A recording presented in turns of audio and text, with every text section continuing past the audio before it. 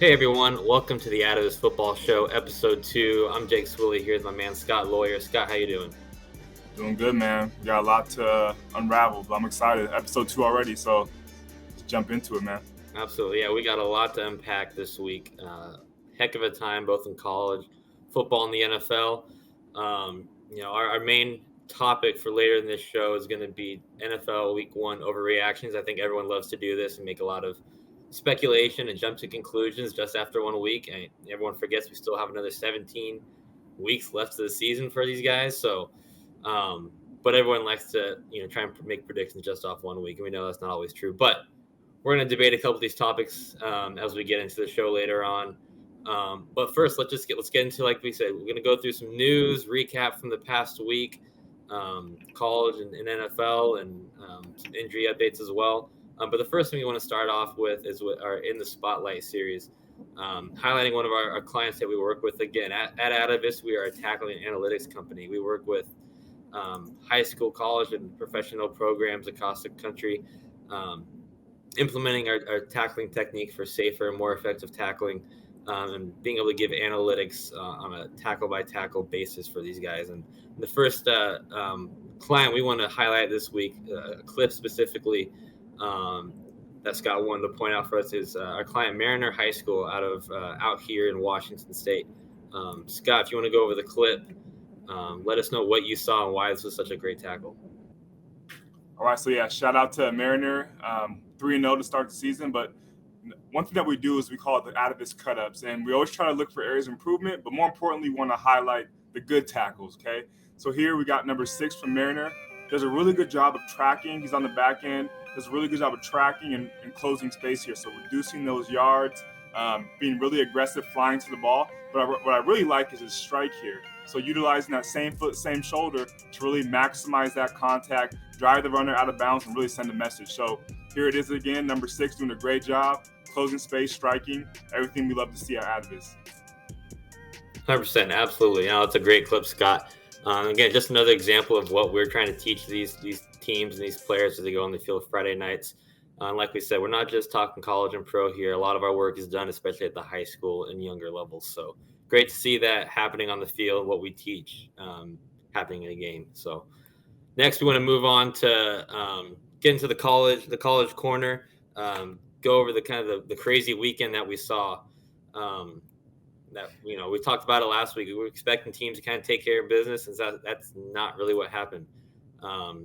College, Scott's going to walk us through this, but a crazy weekend in college football, tons of upsets for sure. Oh, man, yeah. Let's just start off with the main one, Alabama versus Texas. It was much closer than I would have thought, but overall, it's a pretty strong game from both teams. I think Texas had them kind of reeling, Alabama kind of reeling throughout 3/4 of that game. But then, as you know, the quarterback play really stepped up for Alabama.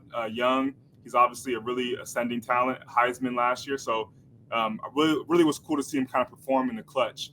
But as we know, the bigger story there was Ewers kind of going out, and we'll talk more about that. But I think he went out, Jake, in the second quarter or so? Yeah, just for halftime, I believe.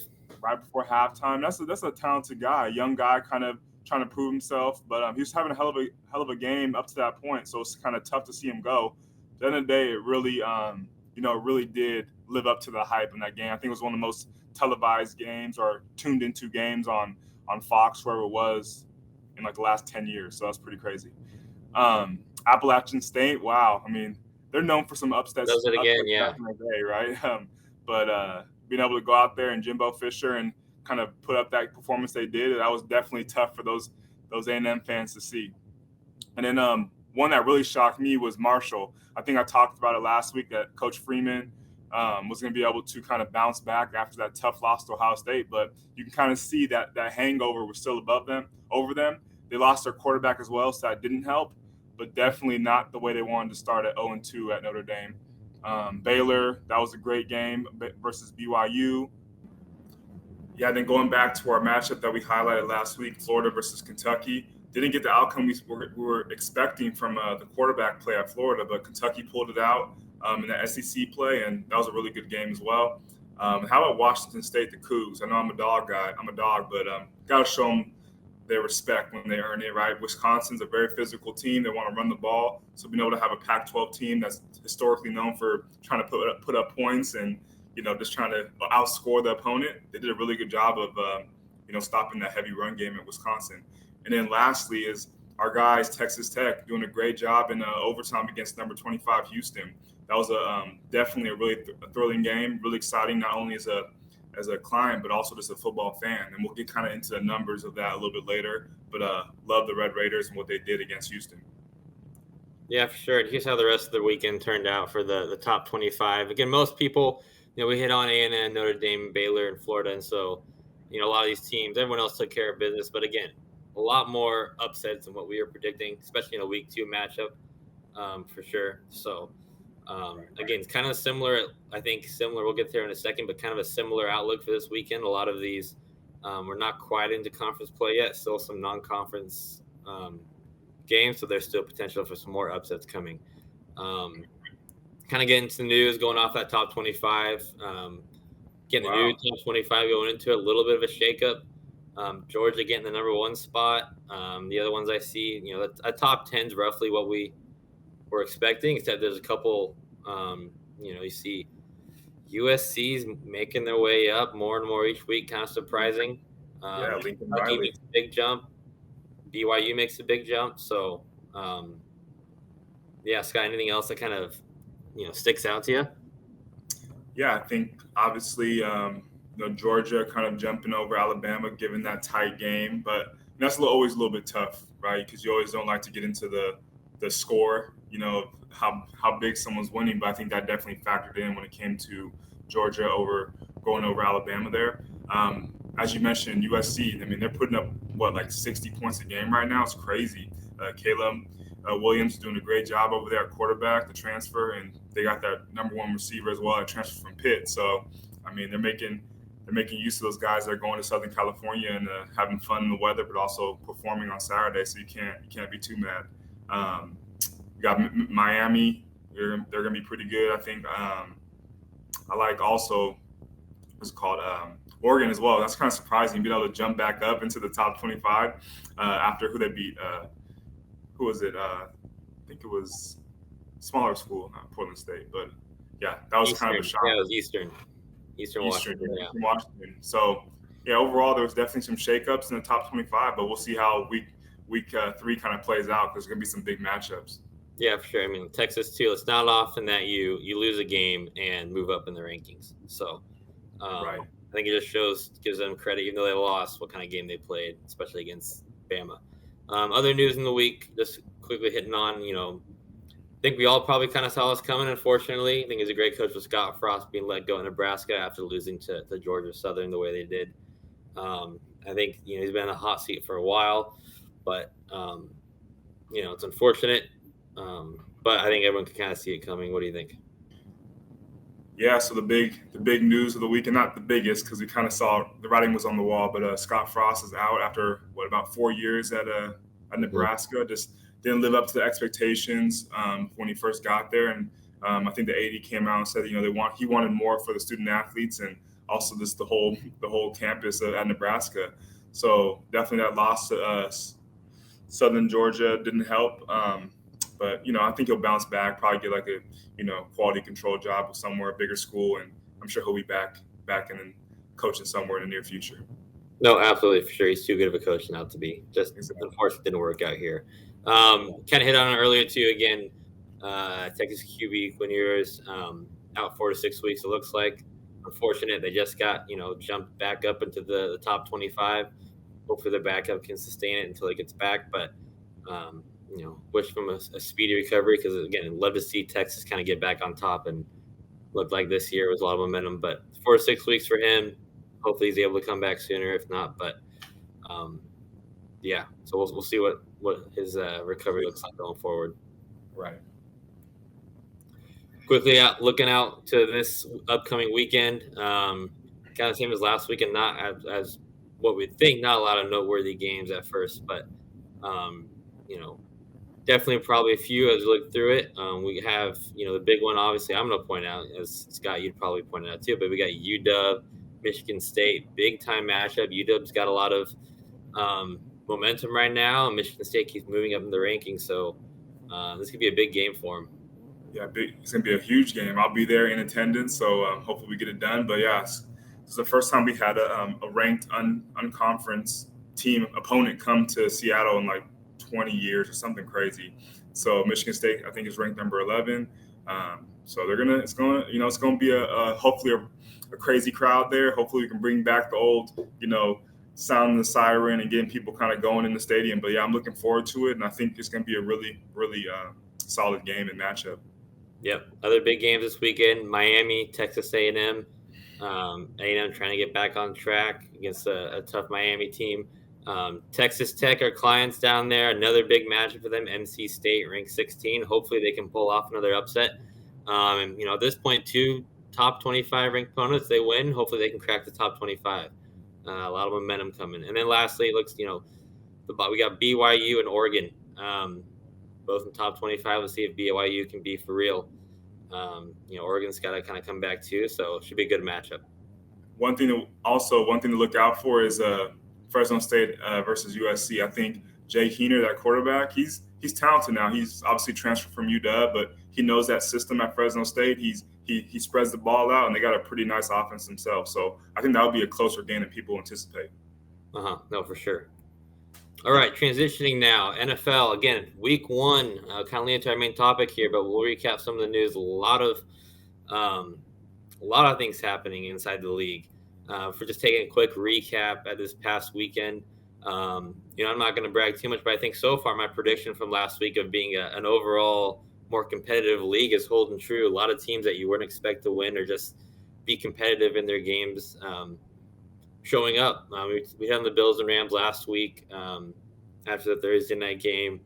But yeah, looking at these scores, we'll get into some more overreactions here in a second. But Colts and Texans an odd tie, which no one saw that coming. Eagles and Lions, very competitive matchup. Steelers Bengals was back and forth. Right. Jaguars and Commanders. Not 2 top teams, but probably more competitive than people thought, and a couple other kind of big upsets. Unfortunately, your Niners, which you'll get into in a second, Packers not showing up against the Vikings, it seemed like, and Seahawks, to my surprise, pulling out the win against Denver, and I'll get into that too. But Scott, anything else you saw this weekend, or what did you? What's your analysis also on your Niners going forward? I mean, like you mentioned, it was definitely a very competitive first week of football. I mean, as a fan, you just can't ask for a better, weekend of football. But I was very shocked at my Niners performance. But I definitely think never make excuses or anything. But it's definitely an opportunity to bounce back. Kind of, you look at that weather in that game in Chicago, it was definitely some harsh conditions. I think a lot of teams, or quarterbacks in particular, would struggle with. But there are definitely some things that they did not do to win that game, like penalties and didn't block well interiorly, didn't get the run game going like they wanted to in the second half. At least they did a great job in the first, but they kind of deviated from that plan in the second half. But yeah, I like the Eagles. Their offense looks really high powered, man. And AJ Brown going over there with Hurts is a perfect combination to kind of complement what Sirianni wants to do in the run game. I think they had 4 different rushers score a touchdown on the ground, so that was big. Dolphins look pretty good, right, with Tua. I think he did a good job over the middle, kind of the intermediate game, letting Tyreek kind of get yards after the catch. Chiefs did a great job against the Cardinals, really efficient for Mahomes in that offense, as to expect.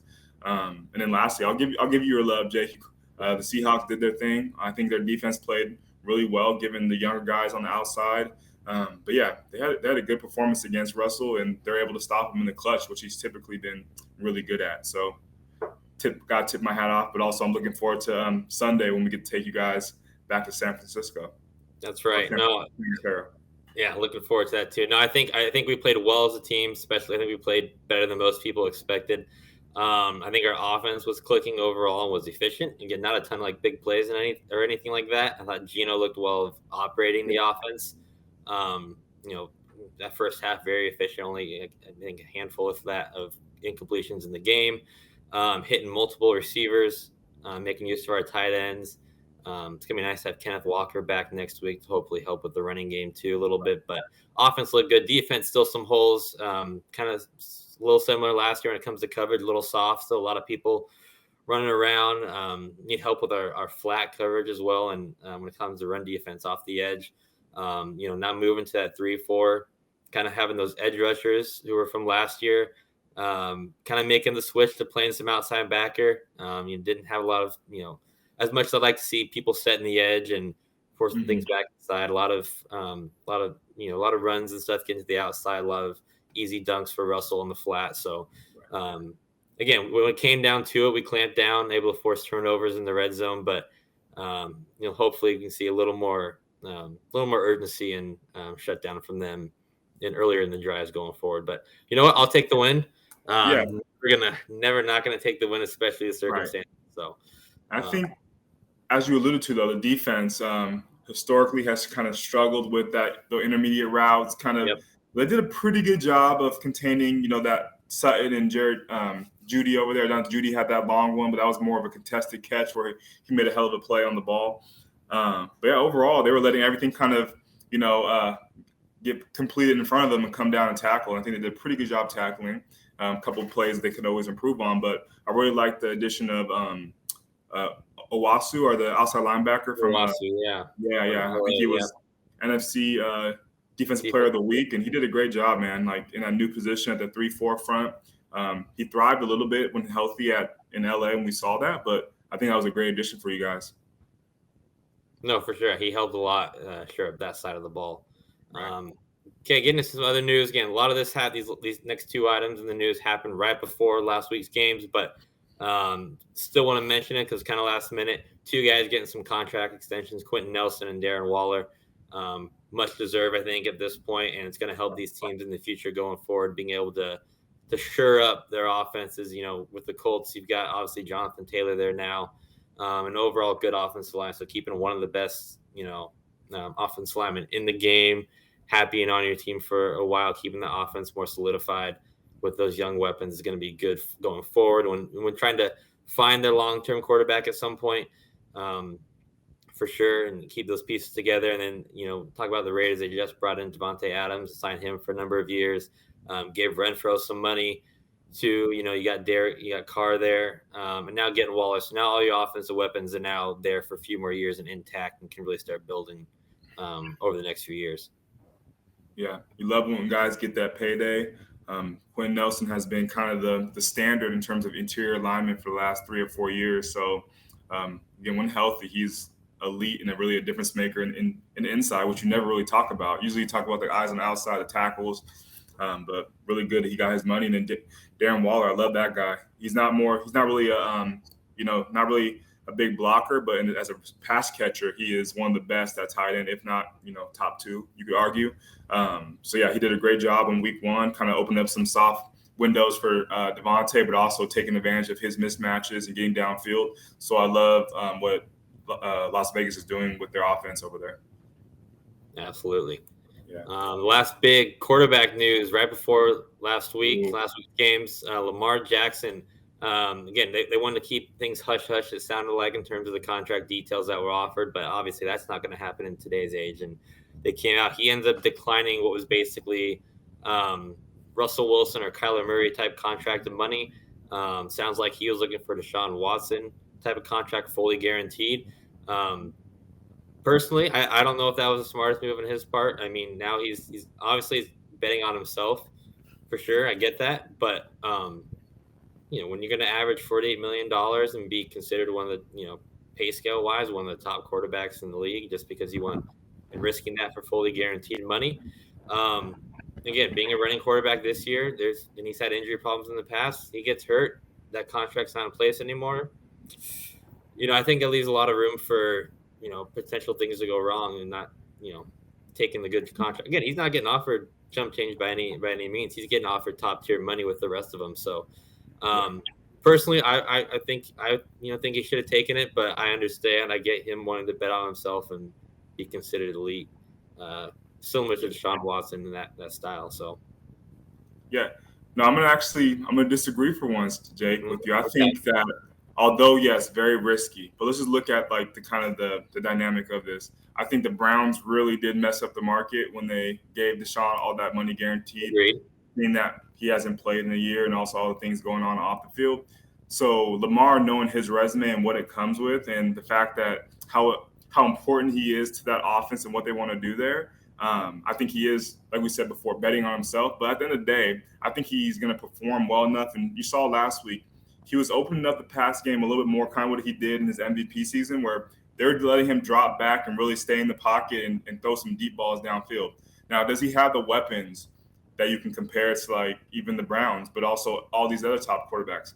I don't think so. Outside of his tight end and also maybe Bateman, he's looking like he's emerging. There's still some question marks in terms of what is his true ceiling. So I think after this year, if all goes well and he really does this and pulls it off, I think it's going to be one of those things that you're like, damn, that's what it really looks like when you bet on yourself and you perform and you let everything else kind of take care of itself. So I like what he's doing over there, actually. Okay. Yeah, no, I just think it's going to be hard to get that type of contract. I disagree with what the Browns did. I mean, offering anyone to get fully guaranteed is going to be a risk, and I just think hard to come by going forward. So, I don't know if anyone. I think a lot of people look at the Browns and say it probably wasn't the smartest thing, and I don't see the Ravens really offering a fully guaranteed either. It's not, again, it doesn't sound like it was. I don't know if it was a money issue. I think he was still getting the same amount of money across the board. It's just a guarantee. Yeah. So.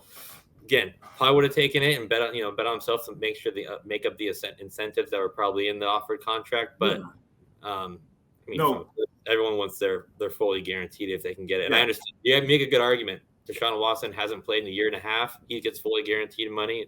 This guy has an MVP to his name, has continued to play, and probably could be considered a step above Deshaun in those respects. So why not give that type of money as well? But you bring up a good point as well in terms of like everyone thinks of him as truly a running quarterback.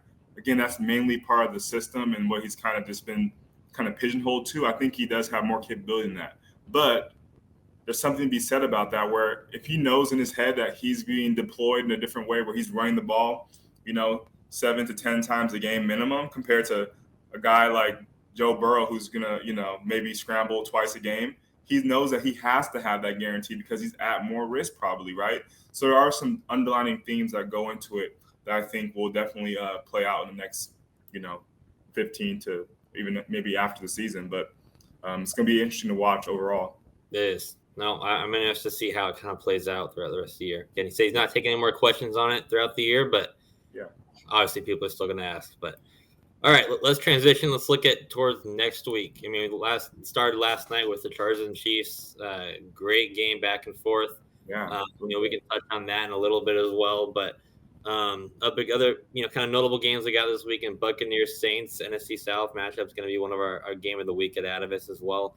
Bears and Packers, probably not historically what people would have thought as a competitive matchup, just based on things in the past in recent years, but. Bears winning last week, Packers struggling.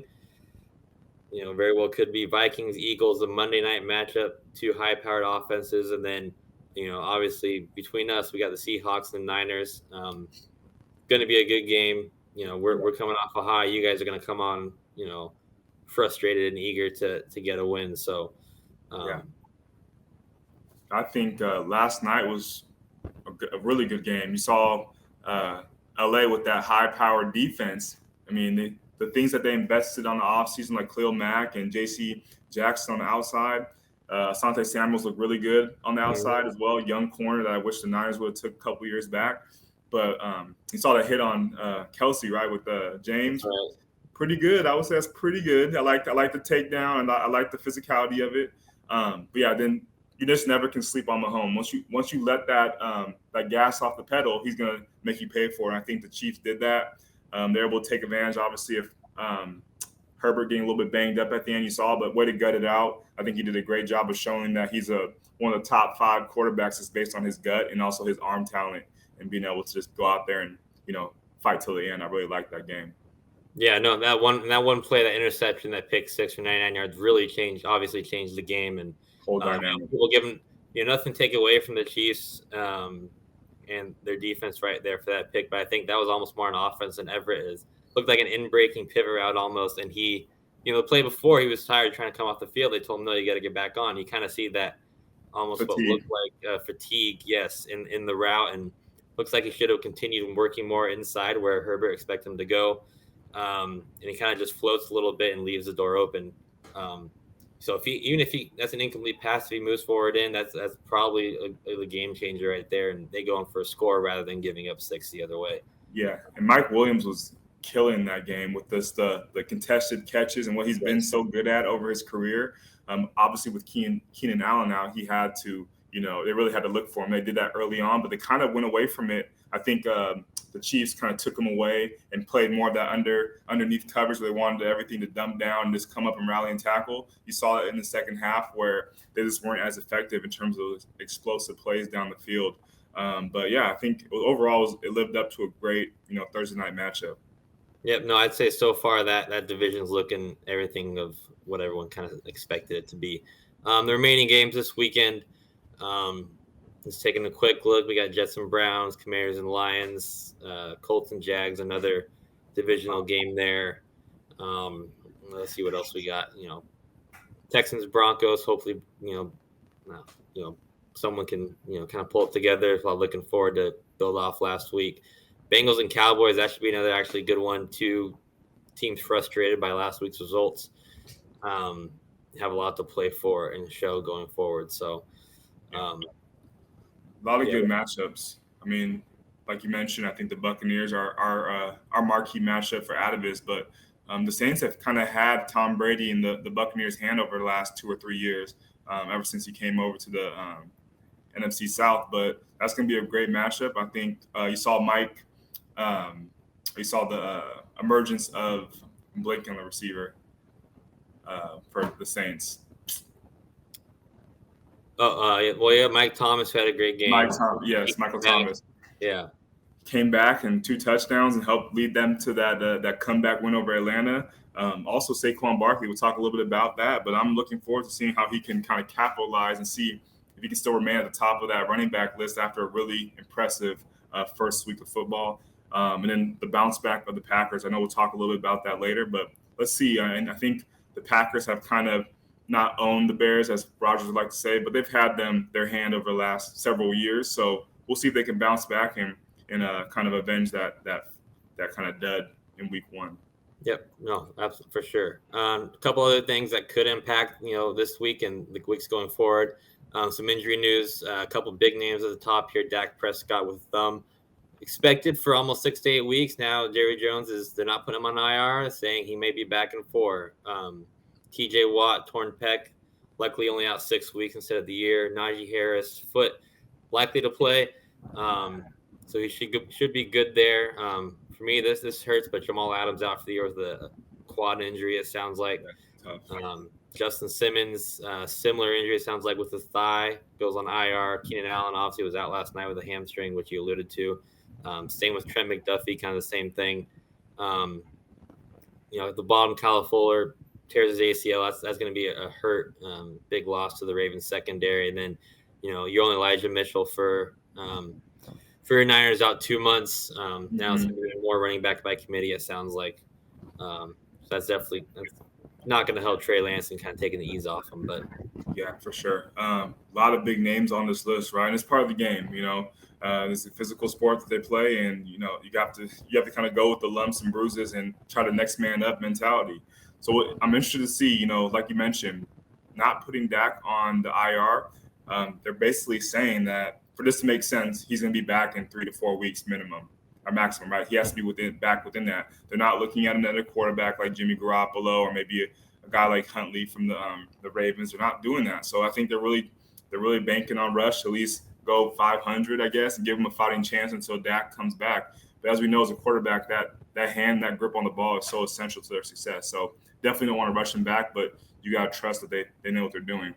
TJ Watt really hurt because he was dominant that game. He's been dominant, but that game in particular against the Bengals, he was deflecting passes, had an interception. He was in the backfield all game. So it's really tough to see him go out. And then Jamal Adams has had a tough start to his career with the Seahawks, and it was tough because he had a nice little blitz on, got some pressure on Wilson, but ended up kind of being banged up. And we didn't know what it was, but really unfortunate news for him. And then, Elijah Mitchell, you saw that one with kind of that knee to the helmet to the knee, where his leg kind of buckled underneath him. And he's had some injury concerns in the past in his short career. So seeing him go down definitely doesn't help. But hopefully, Shanahan can get the guys going in the backfield and kind of do it by committee, right? Yeah. So we'll definitely find out this weekend. Again, kind of a hurting our team in Seattle defense likes to give up, to the rush defense didn't look great last week. So could be a good week to kind of figure out who that lead back is going to be for a while. All right. Our main topic for this week, we kind of touched on some stuff, but week 1 overreactions. Everyone likes to make these speculations as we look towards the rest of the season. And should teams panic? Our team's legit moving forward. Let's just get through and let's get into it. Our first one is going to be, we kind of alluded to it, Packers should panic. Bad showing against division rivals in Minnesota. Rodgers did not look like Rodgers. I'm taking on me. I'm not going to say panic. Alan Lazard was out. I think those young receivers will come into their own. And if you remember last year, Rodgers happened the same thing week 1 against the Saints. Minimal yards. They got blown out. And all he does is take them. Devontae Adams last year, they have him, yes, don't have him this year. But Rodgers is still Rodgers. He took him last year to the playoffs. MVP performance, similar start to week 1. So, no, I don't think they should panic. I think this is an overreaction. Scott, what do you think? I'm going to hit the panic button with this. The reason why is because of the fact is what's the biggest thing when it comes to building chemistry with a receiving core, right? It's time. It's time, right? You need time. But a lot of what Rodgers did when he missed the offseason or took some time off, which happens, you don't get to really build that chemistry with those young receiving guys that you need him to be. Also, I didn't like the body language really too, because obviously he was getting teed off on. The O-line is not where it's going to be at, and that could probably be bigger than I think that's going to be bigger than the receiving corps, how their offensive line comes back healthy and able to protect him. But you don't want him taking those hits like he did, where he hasn't done that in the last couple of years, where he's been getting slammed every other play like that. So I'm going to hit the panic button only because I'm not sure when Bakhtiari is going to get back there at left tackle. And also I know it's going to take time that maybe they don't have to get these receivers up to speed and the offense and also just the connection with Rodgers. Yeah, no, those are very good points. I'm going to bank on Rodgers. That's just me. He does it every year, even with down weapons and sometimes. So, we'll see who turns out right the rest of the year. Moving forward, we got Saquon is back. I think I'm gonna say this is not an overreaction for me. When healthy, I've been saying this for years to you, especially with him and CMC. He should be regarded as one of the best running backs in the league. When you talk about talent wise and skill set and whatnot. And I think his rookie year, first few years proved that, and obviously some injuries over the last couple years, but. After last week's performance, he looks hungry and angry to get back out there and prove himself. Looks healthy again, looks explosive still. So not a real reaction. I think Saquon is back. Yeah, I completely agree, 110% that he's back. I loved him his rookie year, and obviously with the injuries before kind of derailed his career for a little bit. But he looks back and healthier than ever. Explosive, and also I love that 2-point conversion, really sending a message where, here, get the ball to your playmaker and let him make a play. He did a great job breaking a couple tackles. You saw the emotion that came with that play. I think that's going to carry over throughout the whole season in New York. I love what they're doing in terms of offense, but also on the defensive end, playing complementary football. Yep, no, I think Dable's going to make I think he already has made a big impact on bringing a new look to that offense that will be able to utilize Saquon and their weapons a little better than the previous years as well. So, okay, Trey Lance did not show signs of QB1 in week 1. I don't like the Niners, don't get me wrong, but I think this is an overreaction. I think, this is only start 3 of his career. First start as being really considered the guy in San Francisco, and obviously conditions were terrible. You lose your running back too during the game, so kind of have to make adjustments like that. But I don't think this is. I think it's an overreaction. I don't think too much should be looked into this, and we still have a whole season left to play. especially with Shanahan at the helm, going to help him out in the next couple of weeks, make adjustments to make sure he fits in. Yeah, no. Obviously, I'm not going to be super biased here, but there's a lot of learning points for him in that game. But also, we don't want to overreact on this Week 1 performance. As we mentioned before, the conditions were crazy. But at the same time, the Niners have been pretty good in those type of games where they let their run game kind of take over. But the thing I didn't like outside of that performance was not really Trey Lance. I didn't like the defense more. They did a great job. They did a great job in the first half, but then the discipline, the penalties started to pile up and blown coverage in the second half. When you really need to kind of rally around your rookie quarterback, as he's, they were struggling to put points on the board as well. A couple of those possessions, they definitely should have turned into either a field goal or a touchdown. He missed that big pass on the sideline to Croft. That was wide open, and also that interception you don't want to see. But yeah, I definitely have to agree. It's definitely overreaction. Let's give him let's just keep on letting him grow. Give him a full, hopefully Kittle's back to help kind of be a safety blanket over the middle and also help that run game as well without Elijah Mitchell there. Having a great tight end, probably the best blocking tight end, will definitely help in the offense and a young quarterback kind of step back up in Week 2. Yep, agreed too. I think Kittle was a big loss as well. Obviously, he's a big part of that offense. So not having him as a safety blanket in both the run and pass game, huge loss. That'll help him going forward. All right, what do we got next is Eagles are the team to beat in the NFC. They've been hyped up all off season. And when looking at, the rest of the NFC, there's not as many, kind of front runners for NFC as compared to the AFC. AFC have Chiefs, Chargers, Bills, obviously. All these teams that could be probably potential number ones within the conference. NFC, I don't think there's as much. But I'm actually going to go say it's an overreaction. They played Lions Week 1. They scored a lot of points. The Eagles did. Offense looked good. A.J. Brown went off, right? Hurts looked pretty good, but they're playing the Lions, and credit to the Lions. I think they're going to be a much better team, be competitive, but that defense that was supposed to be better still gave up 35 points. I don't think you can claim them as the team to beat yet in the NFC. Yeah, I would definitely have to agree. Offensive perspective, explosive as ever. I mean, like I said, A.J. Brown is not messing around. I think he complements that offense and that run-heavy offense with the quarterback as well perfectly because of the way he's able to catch things over the middle, be physical, and also take it the distance if he has to. I love the energy he plays with.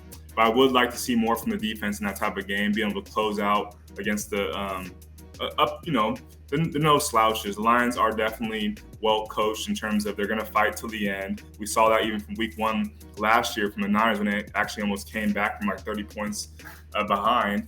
They're going to keep fighting to the end. But with those bigger names on defense, you would think they'd be able to be a little bit more stout against the run, but also in the pass as well with the guys they have on the outside. So hopefully look for them to be a little bit more stout on the defensive end. Mm-hmm. No, for sure. Yeah, definitely need to see that before we can start crowning them the team to beat. Okay, so we had a competitive matchup between Washington and Jacksonville last week, and obviously there's not two top-tier teams, but the big story is, Wentz's first game in Washington. What would he look like? Probably a few, similar weapons around him, but is Wentz finally found a home in Washington, being considered QB1 for a while? I'm actually going to say overreaction here. I think Wentz still has to prove himself. As much as I want Wentz to do well. I think he's been efficient over the last couple of years where he's been, not obviously a top-tier quarterback still, but he has weapons in Curtis Samuel, McLaurin. He's got Gibson back there, Logan Thomas, and things of that nature. And probably, hopefully improve D. But I think there's a lot of questions still in Washington. I think Rivera could potentially be on the hot seat if things don't work out. Now he's been a couple years, not as much success over these last two. And I think Wentz still has to prove himself. He obviously faltered at the end of the year in Indy. I think it's too early to say he's the guy. Obviously, they paid him. They brought him in. They traded for him to be the guy. But I think he still has to prove that. So I think we have a lot of questions that still need to be answered. He played a good game, but he also showed a couple moments where, kind of still uncertain. A couple of the old Wentz, the questions that kind of pop in over the last few years again. So, I'm going to say overreaction. Still got more to prove. Yeah, I'm right there with you. I have to agree. It's overreaction. What we need from him is sustainability, right? Being able to sustain this type of success over a long period of time, whether it be with injuries, but also just consistent quarterback play. I do like what he did last week, but you kind of look at his weapons, and there are some guys like you said, Terry and Gibson's nice, and they got some guys, but he's not a guy that really elevates people's talent. I would say he's kind of a guy that he can run. He's a mobile quarterback. He has an arm on him. He arm talent, but he's not really a guy that's going to help elevate the play like we see with like a Herbert or Mahomes or someone like that nature. So he kind of needs some explosive weapons around him to help kind of take a 5-yard pass and turn into a 30-yard gain type of guy. So we'll see how they do, but overall, I can't knock him for a good week 1 win and performance. No, agreed. All right. Next up is, again, kind of surprising Titans result last week against the Giants. Did the Titans made a major mistake by not paying A.J. Brown this offseason. Where do you stand? No, I would have to disagree. I think it's an overreaction only because the fact of you think what the Titans have now. Obviously, they have Henry back, and he's looking good. But maybe I'm thinking they're trying to almost starting to rebuild in a sense. Where they're not really trying to invest in long-term money at the receiver position. I would say he was probably more critical to their success when on the field than Henry was. But now you look at their offense, they have no explosive threat on the outside. So definitely tough, but maybe it's kind of a sign with getting Willis in there at the quarterback, maybe slowly trying to phase Tannehill out, move on with the younger quarterback, and then kind of rebuild slowly with him. See what they do with Henry. I believe he's on his last year of his contract, Derrick Henry? I think so, yeah, last year or two for sure. So maybe they're uncertain about how he's going to perform in this year after that injury. He looked, running backs, it takes time to get your groove back. But I don't think it was a big mistake in terms of what they're trying to do. But obviously, as talented as AJ is, yes, it looks like a glaring mistake. But I think it worked for both teams in the long run. No, I'm actually going to disagree with you, Scott. I think this is spot on. I think there's a lot of things that they could have done to kind of alleviate the situation. And I think obviously you see that after week 1, I think having that big time threat on the outside with Tannehill is not, considered an elite quarterback top tier. And if you put Willis in there, obviously he's a rookie with a lot to prove. And you see Henry getting older, and you bring in Robert Woods, and you got the first round receiver in there who's actually had, people have had a lot of questions of him, his work ethic and reliability and stuff like that. So you have all these questions that are going on when you could have that for sure playmaker on the outside that kind of helps alleviate that process. We did that in Seattle this year. Paying DK, being able to keep him here, I think is a good weapon to have for a guy like Geno, who's, again, not a top-tier quarterback by any means, having that kind of to lean on. And, once we do find a quarterback in the future, being able to still have that threat. If Henry gets too old and they don't want to pay him, and these other younger receivers don't, necessarily work out, and you have a guy who's a top-tier receiver in his prime, I think it's just going to be kind of hard to find that going forward unless things can pay off. So I'm going to say this is an overreaction. I think they should have paid him and, taken care of business. And, even if this is a rebuilding year, you still have that one tool on the outside that you can rely on for future years when you bring in a new quarterback or have Willis come in, have that one guy he can depend on and throw to going forward. No, I think who's the rookie Burks, right? From Arkansas. So maybe that's what I'm saying. Maybe they're kind of thinking, okay, this guy's going to, based on what he did, kind of a guy that was versatile. He was kind of like a bigger Deebo Samuel back in college.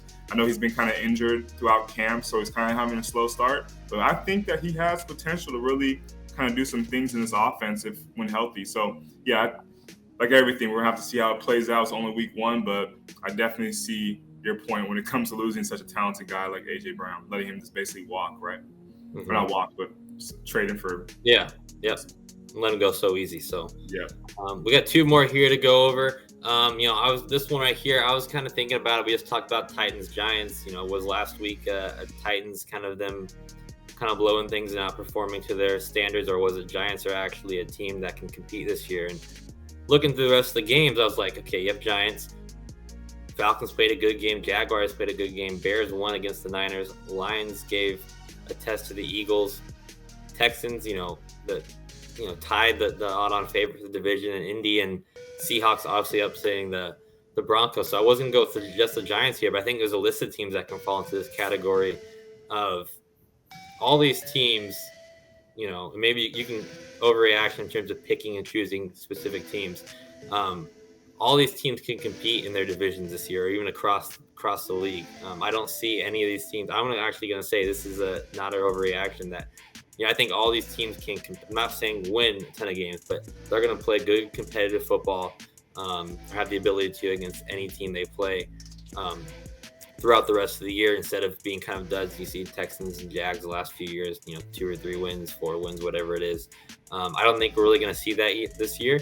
And if we do, their losses are going to be competitive games. So I'm going to go non-overreaction with all these teams. Yep, I would agree. I think the only thing I'm a little bit concerned about, only team I'm concerned about, is the Falcons here. The reason why is the quarterback play. They're up 2 possessions, and historically, I know they get a lot of flack for the Super Bowl loss, but over the last 3 or 4 years, it's almost like they have this cloud over their head where they can't finish games. So I think a lot of it falls on the quarterback. Mariota is a good quarterback, but I feel he's more of a bridge guy. Ritter is young, but you saw what he did at Cincinnati over the course of his years there, and also in the preseason, he did pretty well. I think I like what he's doing in terms of his poise. He's a mobile quarterback, kind of like Mariota, what they want to do in that offense. So I think they make that switch. I think Ritter can definitely elevate their play a little bit to make them more competitive. But yeah, I like all these picks, and I think it's going to be a great year of football, Jake. Yep.